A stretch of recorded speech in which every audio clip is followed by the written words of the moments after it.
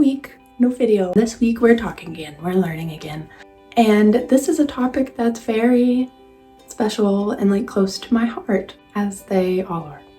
I mentioned last week and several other times that I want to share my peace, and I do. That has been my intention all along with this channel. With that being said, one of the biggest sources of my peace is my spirituality. And I know that this isn't the case for everyone. It's not going to be the case for everyone. But one of my very dear friends and soul sisters I've known since high school commented on a post I made on Facebook about Omnism, which is my brand of spirituality. And she commented on it and kind of brought to my attention that sharing a more in-depth look at my spiritual journey, my resulting spiritual philosophy, which, as I said, is Omnism, is something that could help other people like my soul sister and I who may not have that spiritual safe place yet, or that, you know, that center that you can come to, that like knowing, in a sense, that it seems like everyone else has and some of us aren't allowed to. We've been judged or alienated by other religions, and you know, sometimes that makes us want to shut down and just be like, look, they're not for me, like they're all evil. But that's why I'm sharing this, you know. So using her beautifully asked questions, I am going to try to recreate that conversation here a little bit, so that could possibly reach other people who are in search of their spiritual truth and peace. So the initial post was a Bible quote that I had actually screenshotted and shared back in 2015.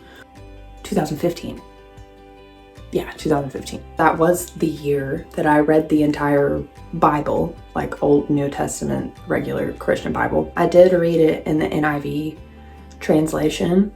I don't see a need to torture myself with the yees and yays and all that good stuff. I just need to know what the book is trying to fucking say. I'm getting distracted by all the yays and shit.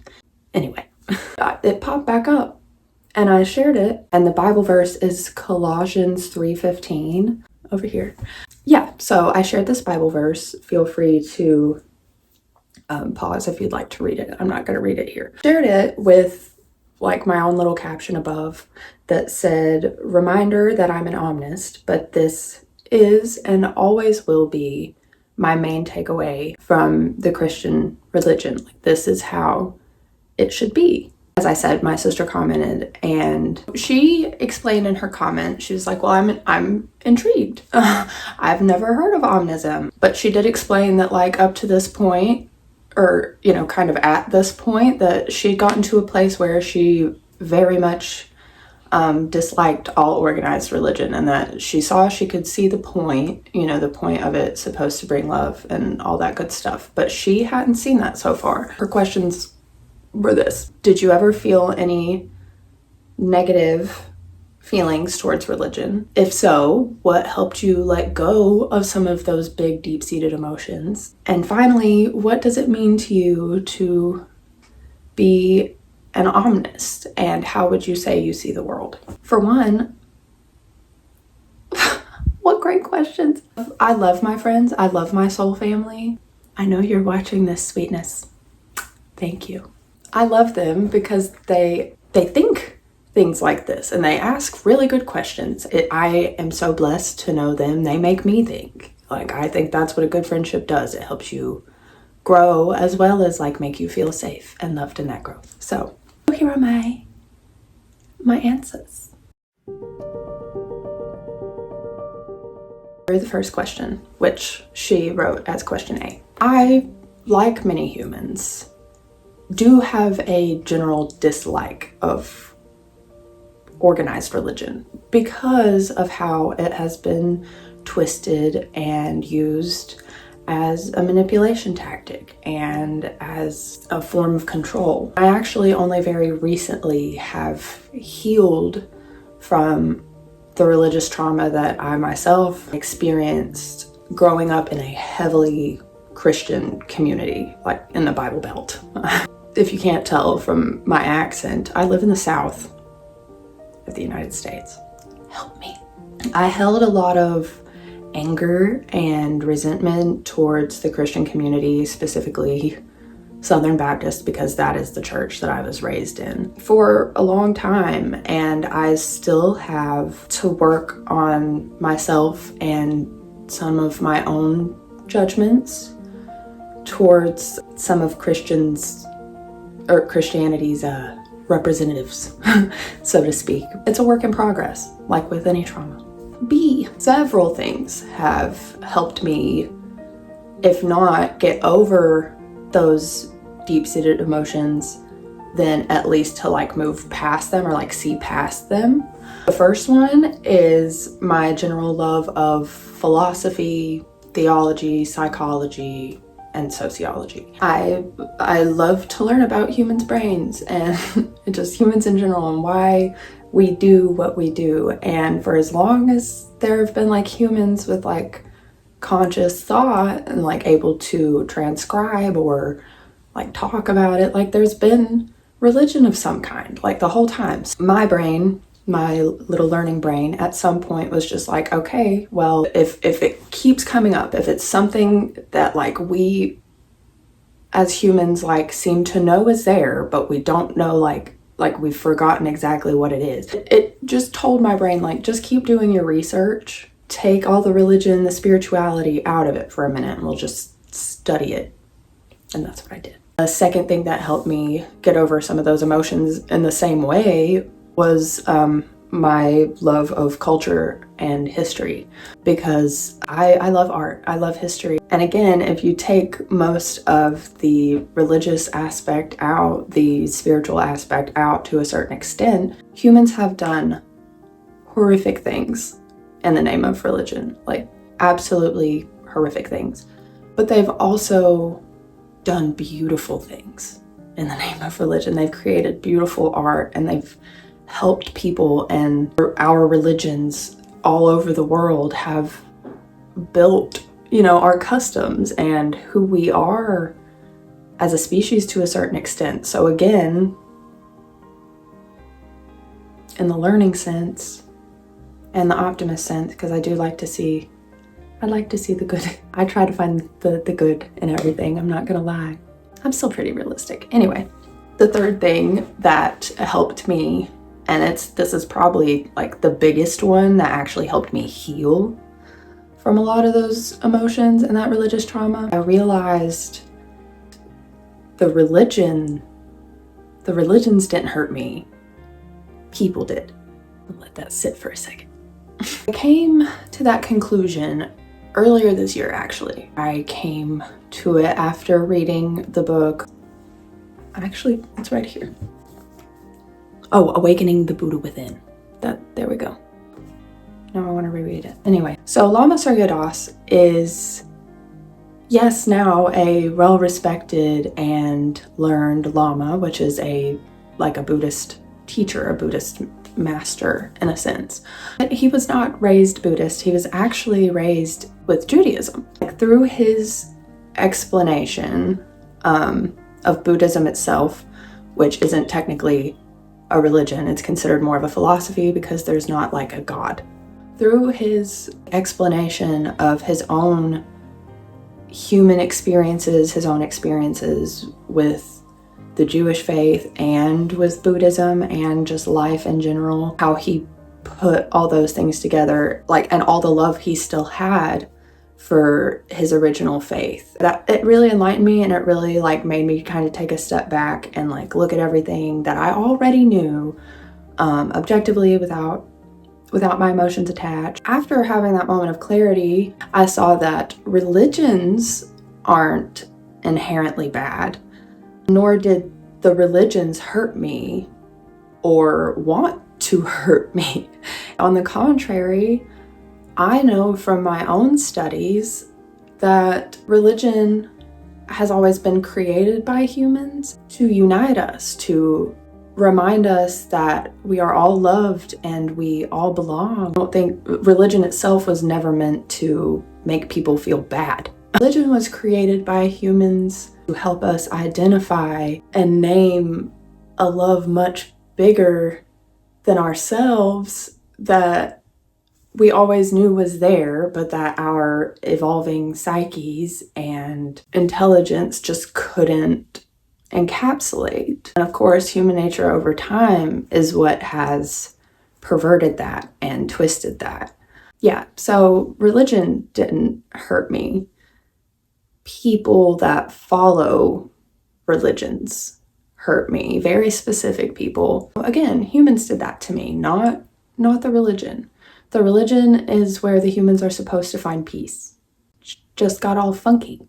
And then the last question, which is, what does being an omnist mean to you, and how would you say you see the world? So for one, being an omnist to me means that I've seen that the core of all religion is love. If you read objectively every religious text that you can find, you'll find that despite the obvious and silly human opinions and judgments that made it in there, most religions, as I said, aim to unite us. They aim to heal us, to help us remember ourselves and find ourselves. Because we're human and have been less spiritually evolved in the past, less evolved in general, it was easier for us to understand the human opinions and judgments that made it into those texts.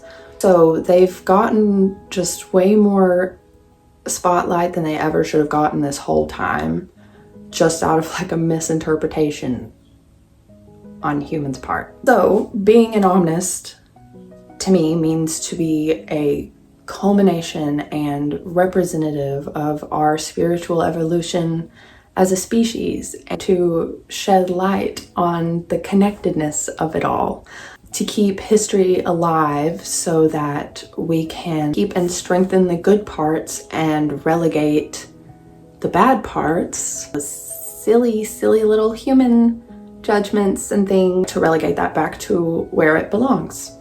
Distant memory. History. As far as how I view the world, my belief is that God is our source energy. I hold space for science and my beliefs because the way I see it, they are intertwined. They're not actually different things. Science is just the magic of our world explained. To continue, I also follow the belief held by Hinduism, Buddhism, even some, I can't speak for all, but I know some Aboriginal practices even, that parts of that source energy or God manifested themselves on the physical plane to create life and earth as we know it, as a means to experience and evolve. Sometimes when I try to explain this, people ask me why a god or deity would do that. And my answer is, why not? It can do what it wants. And it wants to live through us. So in my belief, we each have a divine light in us, a piece of source, even if it's buried very, very deep down under our egos and personalities. This piece of source, this piece of light, is what we call a soul. I believe in reincarnation while also realizing that time only exists for humans. So it's probably much more complex than any one of us can begin to comprehend. But what I do feel with confidence is that our souls have at least some amount of autonomy in the reincarnation process. I believe our souls pick our personalities and our lives based on whatever karmic energy needs to be balanced so that our souls can evolve through each life, and we can eventually, so we can rejoin source as wholly evolved souls eventually. And that's, I guess, what I would consider heaven. Scientifically, we know that there's no difference between the matter that makes our bodies and the matter that's left in space when a star explodes. We also know scientifically that no cell is ever fully attached, leaving holes tiny holes and tiny pockets for energy to move through, which to me shows that we're all connected, if not by our pieces of source, then by the very thing that makes us physical beings. Matter, energy, science. If we were to hug right now, energy would literally move from my body, through my body, into yours, and vice versa. That's not spirituality, but tell me it doesn't feel like it. I believe in free will while simultaneously believing that everything happens for a reason. Being that we're all, like, we all have parts of source, we are all parts of source. We all carry a piece of God, which makes us all like little gods in our own right, which is why manifesting and the law of attraction work scientifically. I believe that energy and karma follow us through lifetimes, which is why we have to reincarnate so that we can balance that energy back out. We have thrown off over time by drifting from our true purpose, which I believe is simply to live and learn and experience and find the beauty in it all. Why else would a God play pretend with itself? I believe because of all that connectedness, when one human genuinely heals, it in turn heals another, if not multiple. So, I'm not a fan of organized religion as it is today. And that's why I just personally don't participate. No shame to anyone that does. Just try to stay mindful, I guess. Make sure you're being kind. You're not just listening to whatever someone tells you to do. And I do have love and respect for all religions on the level that I explained earlier, which is that I think when they are carried out correctly, that they create more love and more community, not division, not hate. So I just try to educate people where I can on what I know from my studies over the years to try and bring that true purpose of religion back. So there we are, beans. That's as brief as I can get it. If you have any questions at all, want to see more videos about this in the future, let me know in the comments. Tell me, hit the like button. I'm more than happy to answer questions as long as you're being respectful, because that's what we're about here. We're about being kind and respectful and understanding to each other, despite having different beliefs. And now that is something else too, because you can believe in your heart things spiritually differently, but your beliefs don't include whether or not you think humans deserve to live. Does that make sense? Whether or not some humans deserve to eat or deserve shelter or things like that. That is not your religion. That is your opinion. One of those silly human opinions. And if you don't think all humans deserve to eat or something, please, you're in the wrong place. Just know the difference there. We're going to be respectful to each other here. I think that's all for this week, beans. I want to mention again, make sure you're staying aware of everything that's going on around you. As far as the genocide right now, if you live in America, make sure you are writing letters, calling your representatives, sign petitions, go to marches, donate $2 or $3 so that to a food bank so they can send food to the children of Gaza. Just make sure you're doing what you can to help your fellow humans and to help make this world a better place. But yeah, I love you all so much. Be kind to each other. Be kind to yourself. And don't forget to like and subscribe, because I would love to see you again. We have so much to learn. Till next time, beans. Mwah.